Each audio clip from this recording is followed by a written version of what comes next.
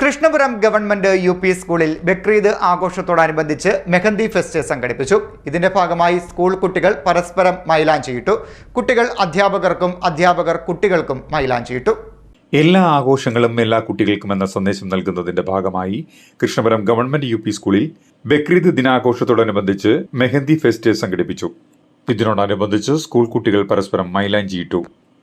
കുട്ടികളുടെ ഒപ്പന, ദഫ്മുട്ട്, പാട്ട് തുടങ്ങിയ വിവിധ കലാപരിപാടികളും അരങ്ങേറി.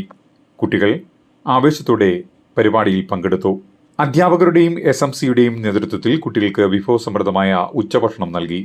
ബക്രീദ് ദിനാഘോഷ പരിപാടികൾ സ്കൂൾ ഹെഡ് മിസ്റ്റസ് അനിത സഹാധ്യാപികയ്ക്ക് മൈലാഞ്ചി ഇട്ടുകൊണ്ട് ഉദ്ഘാടനം ചെയ്തു.